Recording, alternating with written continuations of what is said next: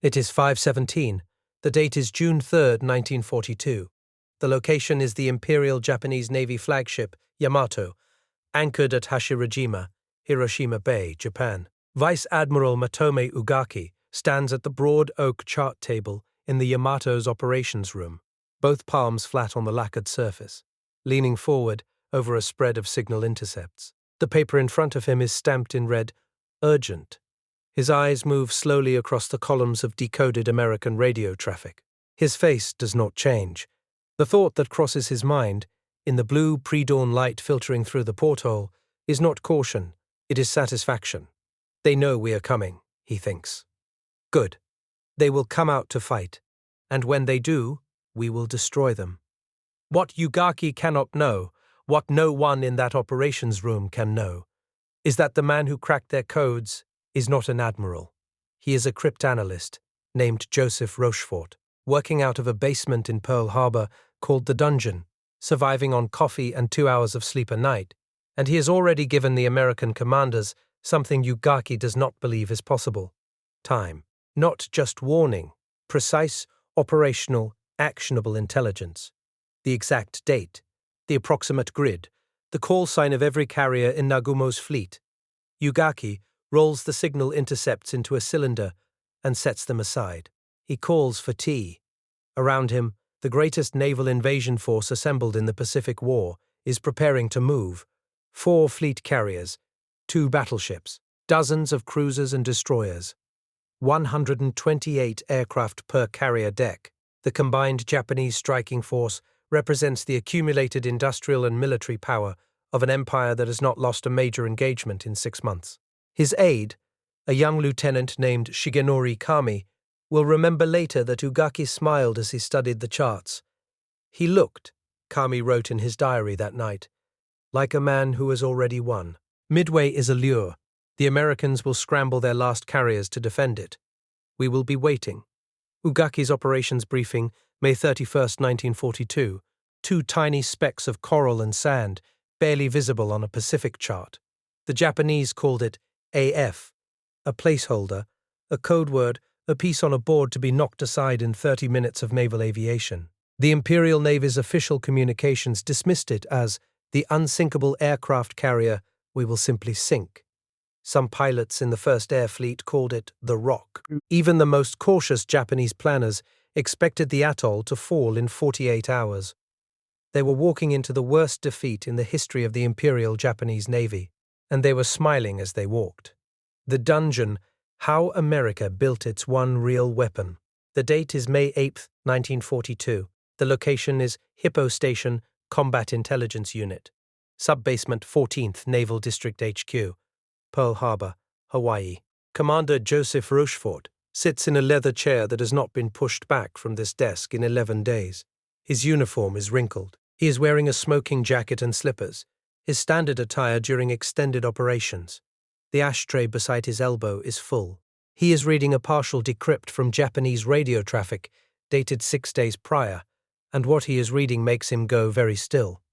The Japanese have been transmitting references to an objective designated AF. Rochefort's team has intercepted dozens of these signals over 3 weeks. Other analysts in Washington at OP-20G, the rival code-breaking unit, believe AF means the Aleutian Islands. They have written reports arguing this with confidence. Rochefort believes they are wrong. He believes AF is Midway Atoll, but belief, in the intelligence world, is not enough. He needs proof. The scheme Rochefort devises is simple and audacious. Have Midway's garrison broadcast in the clear, unencrypted raw radio that their freshwater distillation plant has broken down. Wait, if the Japanese intercept and retransmit this as a problem at AF, then AF is Midway. On May 10, 1942, Midway transmits the false distress signal. Within 48 hours, a Japanese signal is intercepted. It reads, AF is short of water. Joseph Rochefort tears the decrypt off the printer, walks to the phone on the wall, and calls Rear Admiral Chester Nimitz. I told him we had them. I told him we knew the date, the approach vector, and the order of battle. He was quiet for a moment, and then he said, Joe, you'd better be right. Commander Joseph Rochefort, Combat Intelligence Unit. Post-war oral history. Rochefort's team at Hypo had been operating since December 1941 on a broken partial version of the Japanese naval code called JN-25. They had never broken it fully. They worked, in Rochefort's own words, on fragments inference and the stubbornness to keep trying when Washington told us to stop.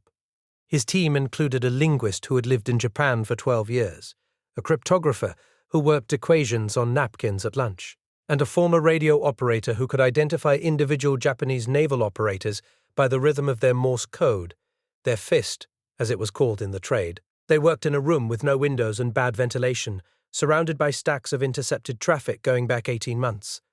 They slept in cots behind filing cabinets.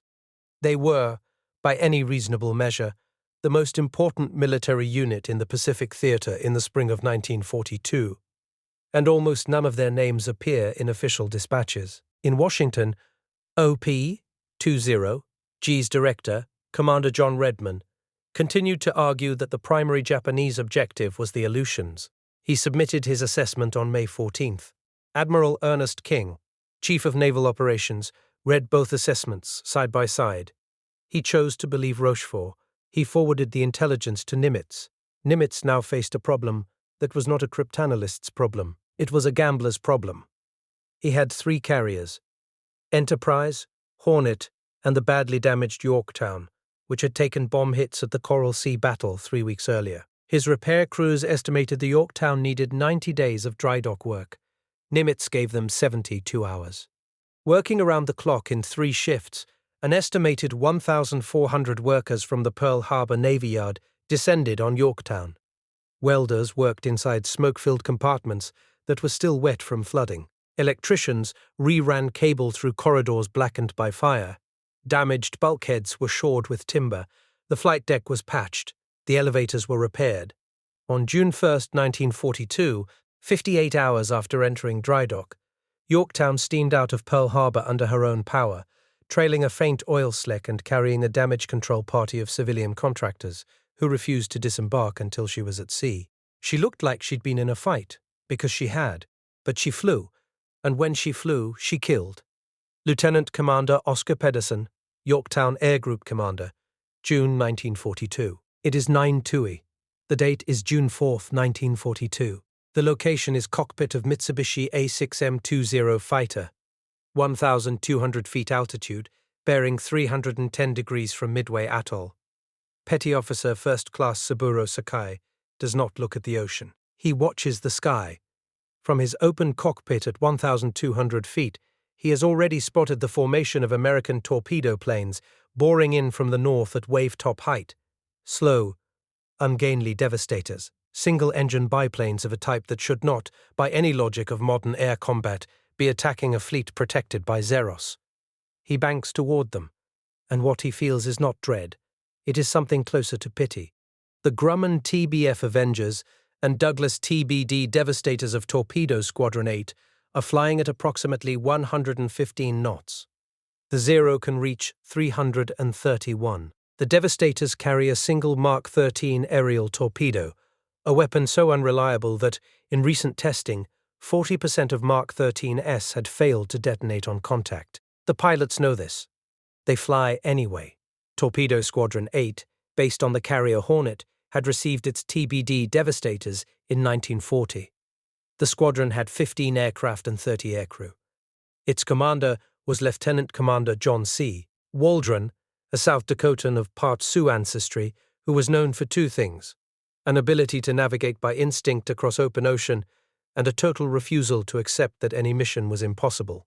On the night of June 3rd, Waldron had written a letter to his squadron, a single typewritten page, distributed to each man. It read in part, "My greatest hope is that we encounter a favorable tactical situation. But if we don't, and the worst comes to worst, I want each of us to do his utmost to destroy our enemies. If there is only one plane left to make a final run in, I want that man to go in and get a hit. May God be with us all." Lieutenant Commander John C. Waldron, Torpedo Squadron 8, June 3, 1942. At 9:20 on June 4th, Waldron's 15 Devastators separated from Hornet's main formation without fighter escort. a navigation divergence that remains disputed, and flew directly toward the Japanese carrier force. They descended to wave-top height and began their attack runs against the carrier Soryu and her screen of destroyers. The Zeros hit them before they reached attack range. In 11 minutes, 14 of 15 Devastators were shot down. 30 pilots and radiomen entered the water. The surviving aircraft, flown by Ensign George Gay, was hit by cannon fire that destroyed his hydraulic system and wounded him in the arm. But he pressed his attack to within 800 yards of Soryu and dropped his torpedo before being shot down seconds later. He survived by hiding beneath his seat cushion as Japanese ships passed around him and would be rescued by a PBY Catalina the following morning. Not one of the Mark 13 torpedoes launched by Torpedo Squadron 8 found its mark. Torpedo Squadrons 6 and 3, from Enterprise and Yorktown respectively, attacked minutes later. They suffered comparable losses. 10 of 14 aircraft from VT6 were shot down, and 10 of 12 from VT3. Of the 41 Devastator crews who attacked that morning, 35 were killed. They achieved 0 torpedo hits. On the bridge of the carrier Akagi, Rear Admiral Chuichi Nagumo watched the burning wreckage of American torpedo planes settle into the water round his fleet, and permitted himself a brief, private moment of relief. The American strike force had been annihilated. His own decks were cluttered with aircraft being rearmed for a second strike on Midway, a decision he had already made, and was already regretting the complications of. But there was no sign of American carriers. The sea to the north was empty. Nagumo's chief of staff, Rear Admiral Ryunosuke Kusaka, would write in his post-war memoir, "We believed the worst was behind us. The American torpedo planes had come, had died, and had achieved nothing. Our fighters were in the air. Our carriers were intact. We prepared to strike again." He paused here, in the memoir, and added a single additional sentence. "We did not see the dive bombers above us. We were looking at the sea. It is 10:22. The date is June 4th, 1942.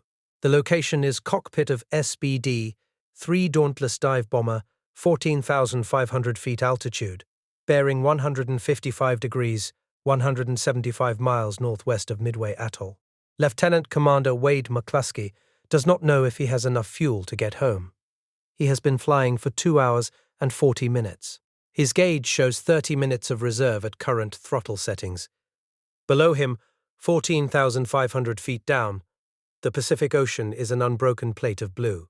He has followed the calculated intercept course to the estimated Japanese fleet position and found nothing but empty water. The Japanese fleet had turned. The torpedo attacks had forced Nagumo north, away from the anticipated position. McClusky's strike group from Enterprise, 32 SBD Dauntlesses, is running on fumes, has found no target, and faces a simple mathematical choice. Turn back now and land safely, or press further north and risk running out of fuel before reaching a carrier. McClusky turns north. He will say later, under questioning, that his reasoning was straightforward. If we go home empty, we go home. If we find them, we change everything. At 10:02, a lone Japanese destroyer appears below, running at full speed on a course that points northeast. McClusky follows it. At 10:22, Wade McClusky looks down through scattered cloud and sees, for the first time, the Japanese carrier strike force, Akagi, Kaga, Soryu, and Hiryu, spread across a 30-mile circle of ocean. On their decks, he can see the glint of aircraft being readied for launch. He clicks his radio. "Earl Gallagher, follow me down." Lieutenant Commander Wade McClusky, Enterprise Air Group Commander, 10:22, June 4th, 1942. On the deck of Akagi, Petty Officer Hiroshi Suzuki was in the process of arming a B-5N Kate torpedo bomber when he heard the sound. A high, rising whistle that was not the sound of the torpedo planes he had watched die an hour before. He looked up. He saw nothing. Then he saw them. A line of aircraft falling nearly vertically out of the sky above the ship's island, their dive brakes extended, their fuselages dark against the blue. He ran for the island's shelter. He did not make it. The first 1,000-pound bomb struck Akagi's flight deck 30 meters to his left. The SBD Dauntless had been developed by Northrop and then Douglas Aircraft between 1935 and 1940. It was not the fastest aircraft in the American arsenal, nor the most glamorous. Its cruising speed was 185 miles per hour, slower than the zero it would sometimes face. Its pilots called it the Speedy D, but they said it with affection rather than awe. What the Dauntless had was accuracy, a split dive flap system that slowed its terminal dive to approximately 250 miles per hour, giving the pilot a stable, predictable platform from which to aim. Its service ceiling was 24,300 feet. Its dive angle was typically 70 degrees. At that angle, from 14,500 feet, a trained pilot had approximately 45 seconds to adjust his aim before release altitude. In those 45 seconds, between 10-2002 and 10-2007, on June 4, 1942, the Pacific War was decided. Akagi took 2 direct hits from McClusky's group. The bomb struck at 10:26. The first penetrated the flight deck and detonated in the upper hangar where 14 torpedo-armed B-5N Kates had been positioned for rearming. The second struck amidships near the elevator, igniting aviation fuel that had been pumped topside for the incoming strike. The resulting explosions ignited a chain of secondary detonations through the fuel lines and ordnance stores. Within 90 seconds, Akagi's entire midsection was on fire. Simultaneously, and the simultaneously matters because it left the Japanese combat air patrol divided between targets, Kaga was hit by 4 bombs from Lieutenant Earl Gallagher's section. The first bomb struck the bridge and killed Captain Jisaku Okada, Kaga's commanding officer, instantly. 3 more followed within seconds. Kaga's gasoline storage detonated at 10:28. She was burning bow to stern before any of her damage control crews could reach the fire stations. Soryu, the third carrier, was struck by 3 bombs from Lieutenant Commander Maxwell Leslie's VB-3 from Yorktown, attacking independently at almost the same moment. Leslie's group had accidentally jettisoned their 1,000-pound bombs due to an arming switch error and had been pressing their attack with 500-pound bombs, but 3 hits were 3 hits. Soryu was in flames by 10:29. In 5 minutes and 40 seconds, 3 of the 4 carriers of the Kido Butai, the same force that had struck Pearl Harbor on December the 7th, were burning beyond recovery. The cumulative effect was not tactical. It was strategic. These ships carried the most experienced carrier aviation crews in the world. The pilots who had trained for years, who had flown at Pearl Harbor and Ceylon and the Coral Sea, who knew the exact habits of the Dauntless and the Wildcat and the Devastator. They were trapped below decks, running for the deck hatches, burning alongside their aircraft. I watched Akagi from the water. She was burning from end to end. I had served on her for 4 years. When I got into the life raft, I stopped watching. I could not watch it. Petty Officer First Class Hajime Toyoshima, Akagi flight deck crew, captured June 4, 1942. Akagi sank at 4:55 on June 5. Kaga sank at 19:25 on June 4. Soryu sank at 19:13 on June 4. The 4th carrier, Hiryu, survived the initial attack and struck back, landing 2 bomb hits on Yorktown, forcing her crew to abandon ship. But Hiryu was caught that afternoon by Dauntlesses from Enterprise, hit by 4 bombs, and was scuttled the following morning. Wade McClusky was shot through the shoulder by zero fire during his pullout from the attack dive. He flew his damaged aircraft back to Enterprise, navigating by compass and fuel gauge, and landed on the 4th attempt. He walked off the deck under his own power. He was awarded the Navy Cross 2 days later. He kept flying. He was asked, 40 years later, what he remembered most about June 4th. He said, "I remember the moment I saw the fleet. I remember thinking, we're out of fuel and out of time. And then I thought, but we're here, and they don't know it." And that was everything. The architecture of the attack, how America built its perfect trap. The tactical architecture of the American attack at Midway was not improvised. It was the product of a doctrine developed between 1936 and 1941 by a series of carrier warfare theorists, whose names are almost entirely absent from popular histories. Captain Ernest King, who had written on carrier doctrine before becoming CNO, Captain Mark Mitscher, who commanded Hornet, and most critically, the individual who designed the specific strike profile used on June 4th. Rear Admiral Frank Jack Fletcher, commanding Task Force 17 from Yorktown's Flag Bridge. Fletcher's doctrine, as articulated in his operations order for the Midway engagement, had one central premise: you cannot fight a carrier battle by reacting. The defense is always too slow. The only way to destroy a carrier force is to find it first and strike first with everything you have, from multiple directions simultaneously, in a coordinated attack that overwhelms its combat air patrol. Every torpedo plane that attacked that morning knew they were not expected to survive. They were the distraction. They drove the Zeros down to wavetop height. They held them there, and while they died, the dive bombers climbed above the cloud layer and waited for the moment the Zeros were too low to intercept. The torpedo planes were not wasted. They were the lock. The dive bombers were the key. The torpedo planes held the door open long enough for us to walk through it. Rear Admiral Frank Jack Fletcher, Task Force 17 After Action Report, July 1942. The timing, in retrospect, appears almost impossibly perfect. The three carrier strikes converged within a 5-minute window, not because of radio coordination. They were largely out of communication with each other, but because each strike group followed the same geometric logic. Fly the calculated intercept course, find the enemy, attack the carriers, not the escorts. This was doctrine, and doctrine in the fog of battle is what survives when everything else fails. From the Japanese side, the tactical reality on June 4th was experienced not as a strategic reversal, but as a series of catastrophic surprises. Lieutenant Zenji Abe, a dive bomber pilot from Akagi who had been launched on combat air patrol that morning and returned to find his carrier in flames, would write in a memoir published decades later. We circled for 20 minutes before we understood there was nowhere to land. Then we flew to Soryu. I kept looking back at Akagi. She was still burning. I had never considered that such a thing was possible. What the Japanese had not considered, and what the Americans had planned for, was the vulnerability of a carrier in the rearming cycle. Nagumo had launched his first wave against Midway at dawn. He had then ordered a second strike prepared, which meant bringing bombs and torpedoes topside and arming them on the flight deck.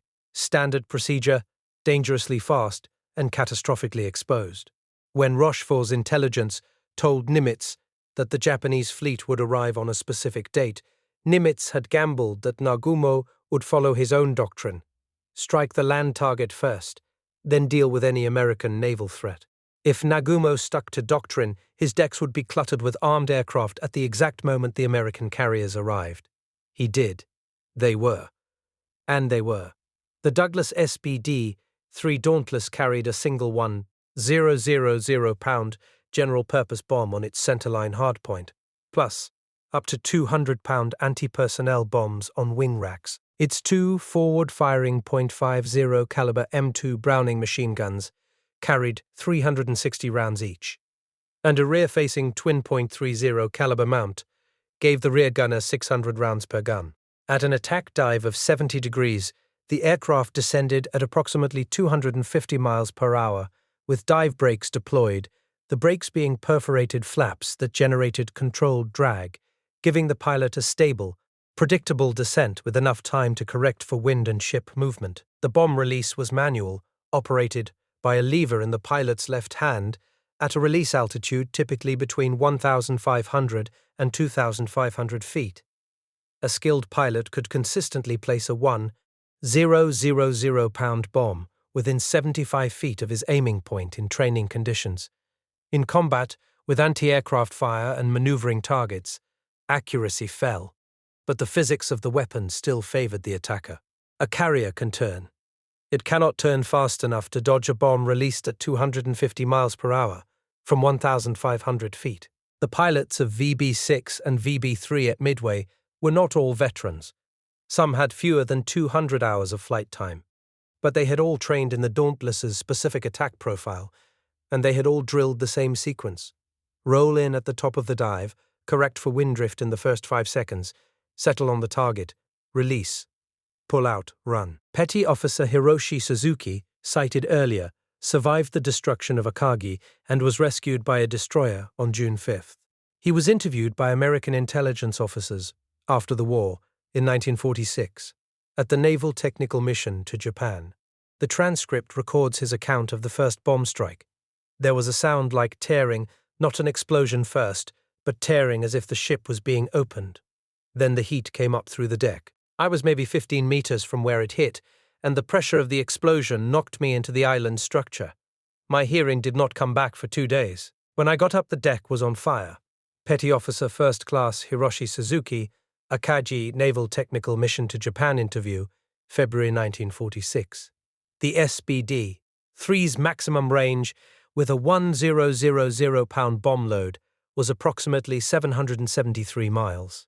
At the attack on Midway, some aircraft flew round trips of over 300 nautical miles, requiring precise navigation over open ocean without landmarks.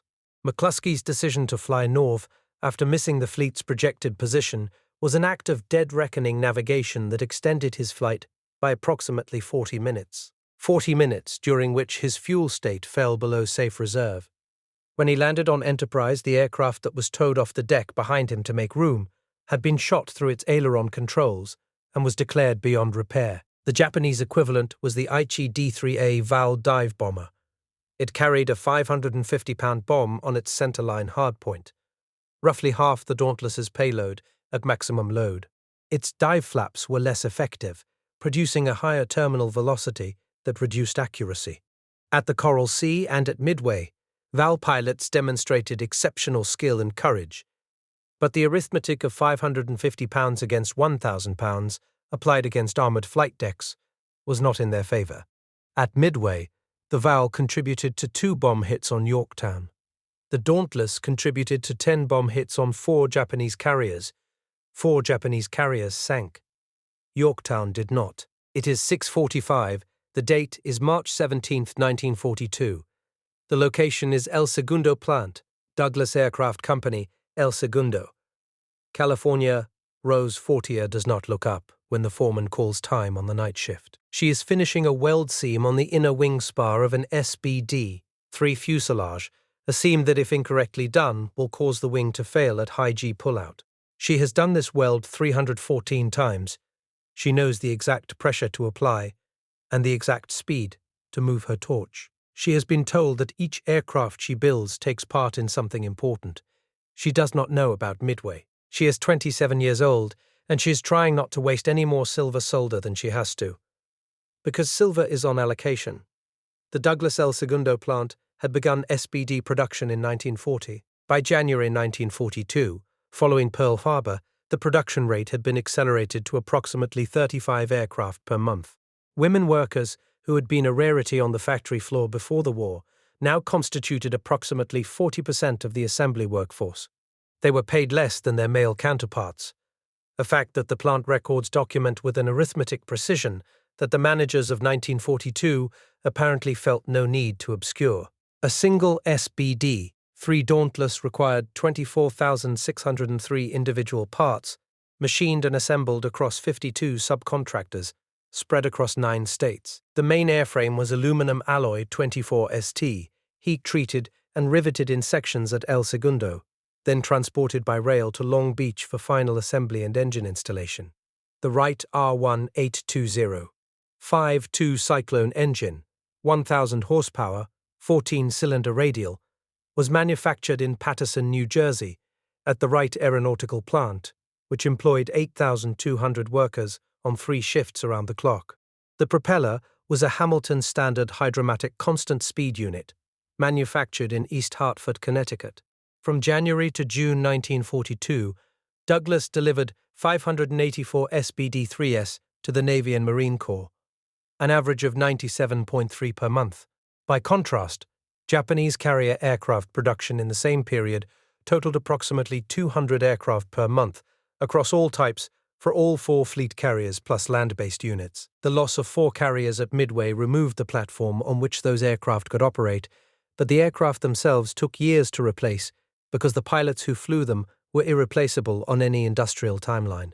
American naval aviator training in 1942 required a minimum of 300 flight hours before operational deployment, with instrument rating, carrier qualification, and weapon systems training comprising the final 120 hours of that total. Japanese naval aviator training, by contrast, had been producing pilots since the mid-1930s, on a timeline of 500 to 700 flight hours.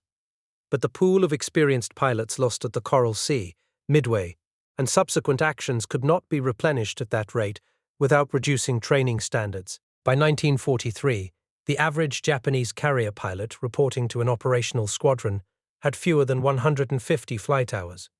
The average American carrier pilot in the same year had approximately 350. The gap was the product of the same industrial logic that built the Dauntless, not brilliance, not courage, but scale. America trained pilots the same way it built aircraft, in large numbers, in parallel, in factories and flight schools distributed across a continent that could not be bombed.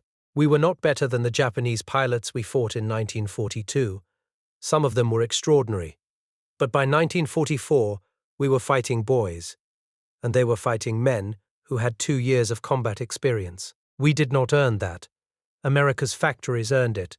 Commander Clarence Wade McClusky, Jr., Post-War Interview, Naval Institute, 1972. It is 4:30. The date is June 5, 1942. The location is a ridge of coral rubble on Eastern Island, Midway Atoll. Major Harold Shannon, commanding the Marine Defense Battalion on Midway, stands on the coral ridge looking east toward the horizon, where the night before 4 columns of smoke were visible against the dark sky. They are still there in the pre-dawn light, dimmer now, but still visible. He holds a cup of coffee that has gone cold. His garrison suffered 14 dead and 43 wounded in the June 4th air attacks. His shore batteries fired 1,496 rounds. His pilots flew 18 sorties and lost 17 aircraft. He does not yet know about the carriers. He does not yet know that 40 miles to the northwest, the Japanese Navy is processing the worst single-day defeat in its modern history. The final accounting of the Battle of Midway runs as follows.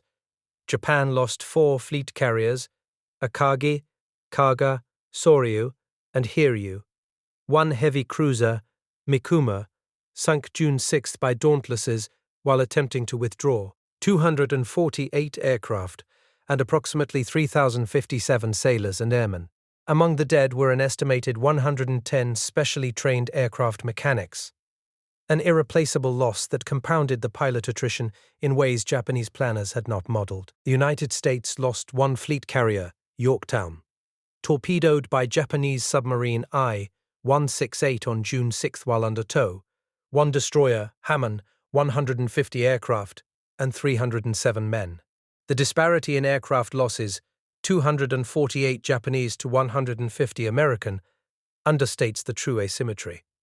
The Japanese lost aircraft and trained crews simultaneously. The American crews who were shot down were frequently rescued. The Japanese fleet had inadequate rescue capability in the confusion of the battle. American pilot recovery operations on June 4th and 5th pulled 111 aircrew from the water. Japanese destroyer and cruiser logs record pulling fewer than 50 aviators from equivalent coverage areas. The 4 Japanese carriers that sank at Midway had a combined air group complement of 248 aircraft. They had carried the same number of aircraft to Pearl Harbor. The December 7th strike force included 414 aircraft across 6 carriers, but the Kido Butai at Midway was at 4 carrier strength by operational necessity. The destruction of these 4 air groups represented approximately 38% of Japan's total fleet carrier air power, delivered in a single engagement lasting less than 6 minutes of actual bombing. In the larger Pacific campaign, Midway's strategic effect was not immediate. Japan still held vast stretches of the Western Pacific. The Guadalcanal campaign, beginning August 7, 1942, would demand another year of carrier attrition. But the 4 carriers lost at Midway, and more critically, the trained aircrew, were never replaced at equivalent quality. Japan launched new fleet carriers in 1943 and 1944, but they were manned by pilots who had not learned to land on moving decks in darkness, had not developed the instrument proficiency that kept pilots alive in the weather systems of the Central Pacific, had not accumulated the 4 to 5 years of pre-war carrier qualification that made the Kido Butai pilots of 1941 genuinely the finest carrier aviators in the world. After Midway, we had ships. We eventually had aircraft. We never again had the pilots. That was the thing we could not replace. Admiral Mineachi Koga, Commander-in-Chief, Combined Fleet, 1943, succeeding Yamato after his death in April 1943. In post-war interrogation, October 1945, the Japanese government did not announce the defeat at Midway. The survivors of the Kido Butai's 4 carriers, approximately 1,400 men, retrieved by destroyers and cruisers, were transported back to Japan in conditions of enforced secrecy. They were quarantined aboard their rescue ships for days, forbidden to send letters home. When they disembarked at Kure Naval Base, they were transferred immediately to barracks on the base, isolated from the general public and from other naval personnel. Their mail was read. Their conversations were monitored. Admiral Yamamoto, upon returning to Japan on the Yamato on June 14th, submitted his report to Navy Minister Shigetaro Shimada in a private meeting. The meeting lasted 90 minutes. Yamamoto offered his resignation. Shimada declined to accept it. The official Navy communique issued on June 10, 1942, 6 days after the battle, announced a great Japanese victory at Midway, described the sinking of an American carrier, Yorktown, and mentioned the loss of a small number of our vessels. The word carrier did not appear. The men who had served on Akagi, Kaga, Soryu, and Hiryu went to shore duty, to training commands to the land-based air groups that were being hastily assembled to compensate for the lost fleet strength. Many of them would die in subsequent engagements, but those who survived the war and were interviewed by American intelligence officers in 1945 and 1946 described a common psychological experience, a loss of certainty. Before Midway, I believed we would win the war. I believed this not as a hope, but as a fact. The way I believed the sun would rise, after Midway, I still fought, I still flew, but I never again believed it as a fact. It became a hope, and a hope is a much more exhausting thing to carry than a certainty. Lieutenant Juzo Mori, torpedo pilot, Akagi, post-war interview, Tokyo, October 1946. The medical records of the Kure Naval Base sickbay from June and July 1942 document an unusual cluster of presentations. Aviators and sailors reporting persistent insomnia, hyperacusis, abnormal sensitivity to sound, particularly the sound of engines, and recurring visual disturbances described as seeing fire in peripheral vision. One base physician, whose name appears in the records as Dr. Kenji Iwamoto, noted in his case files that he had treated 12 men in 3 weeks for complaints consistent with what Western medicine calls combat exhaustion or battle fatigue, but which our men describe in different terms, as a failure of certainty about the future. Iwamoto had no approved treatment protocol. He prescribed rest and vitamins. Japanese intelligence assessments of American naval capability underwent a documented revision following Midway. The pre-battle assessment, dated May 28, 1942, estimated American carrier strength at 2 to 3 fleet carriers, with inferior aircrew quality compared to Imperial Navy standards. The post-battle assessment, circulated on June 18 under the heading Revision of Enemy Naval Estimate, noted for the first time that American aviators had demonstrated precision attack capability equivalent to or exceeding best Imperial Navy doctrine, and recommended review of carrier defense protocols. By September 1942, Japanese intelligence had begun tracking individual American carrier air groups by their tactical signatures. The specific approach, angles, and attack profiles that distinguished VB-6 from VB-3, the communication patterns that identified McClusky's group from Gallagher's. They were learning what the Americans could do. But learning what the Americans could do was no longer the same thing as knowing how to stop it, because the Americans were not standing still. Rear Admiral Chuichi Nagumo, who had commanded the Kido Butai at Pearl Harbor and at Midway, was relieved of carrier command, following the battle, and assigned to the Sasebo Naval District. He would later command shore defenses on Saipan, where he died on July 6, 1944, officially by self-inflicted gunshot wound, as American forces overran his position. He left no memoir. It is 11:15. The date is June 4, 2000.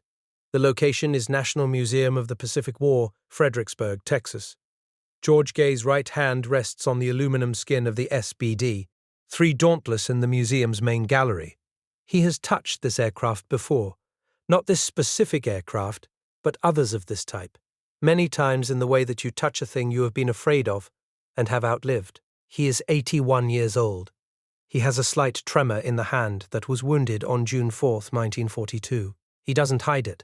He stands there for a while without speaking, and the people who have gathered quietly in the gallery give him space. George Gay was the sole survivor of Torpedo Squadron 8's attack on June 4, 1942. He was in the water for 30 hours, hiding under his seat cushion when Japanese ships passed near him. Watching from the water as the Dauntlesses hit Akagi and Kaga, a view that no other American aviator had of the battle's decisive moment. He was found by a PBY Catalina on June 5, treated for his arm wound, and returned to flight status. He flew throughout the war. He attended reunions. He gave talks to school groups. He never stopped talking about the men of his squadron. In his last public interview recorded in 1992, Gay was asked what he wanted people to understand about Torpedo Squadron 8. He said, "I want them to understand that those men knew they weren't coming back. Waldron knew it. We all knew it. The math wasn't there. And they went anyway. Not because anyone ordered them to die. They went because going was the job. And the job mattered. And that was all there was to it. I've never understood why I lived. I've spent a long time trying to earn it. After the war, I studied what happened that day. The Zeros chased us down to the water to kill us, and while they were busy killing us, they could not climb fast enough to stop the dive bombers. We were the reason the dive bombers got through. I don't know how I feel about that. I know it's true." George Gay, sole survivor of VT-8, Oral History Interview, 1992. Admiral Isoroku Yamamoto survived Midway, the only one of the Kido Butai's senior commanders whose career was not immediately ended by the defeat. He continued to command the combined fleet, prosecuting the Guadalcanal campaign through the brutal attrition of 1942 and early 1943. On April 18, 1943, precisely 1 year to the day after Jimmy Doolittle's B-25s had bombed Tokyo, American P-38 Lightnings intercepted his inspection flight over Bougainville based on another decoded Japanese message, and shot down his transport. He was killed on impact. He was 59 years old. The intelligence that had been used to intercept and kill Yamamoto had come from the same codebreakers who had given Nimitz Midway. Joseph Rochefort, who had broken the Japanese code and conceived the freshwater gambit that confirmed AF as Midway, had by then been transferred out of Hypo to a ship assignment, a bureaucratic punishment administered by his rivals in Washington, who had been embarrassed by the accuracy of Rochefort's Midway prediction compared to their own. He did not receive the Distinguished Service Medal that Nimitz recommended for his Midway work until 1985, 43 years later, and 1 year after Rochefort's death. The 4 Japanese carriers that sank in the waters northwest of Midway Atoll remained there, undiscovered, for decades. Akagi was found in 2019 by researchers from the Vulcan Inc. research vessel Petrel, using deep-sea sonar to locate a wreck at approximately 18,000 feet of depth. The footage shows her flight deck, still recognizable in shape, resting on the abyssal floor. The aircraft elevators are still in their shafts. There is no fire anymore. The sea is cold and dark and very quiet.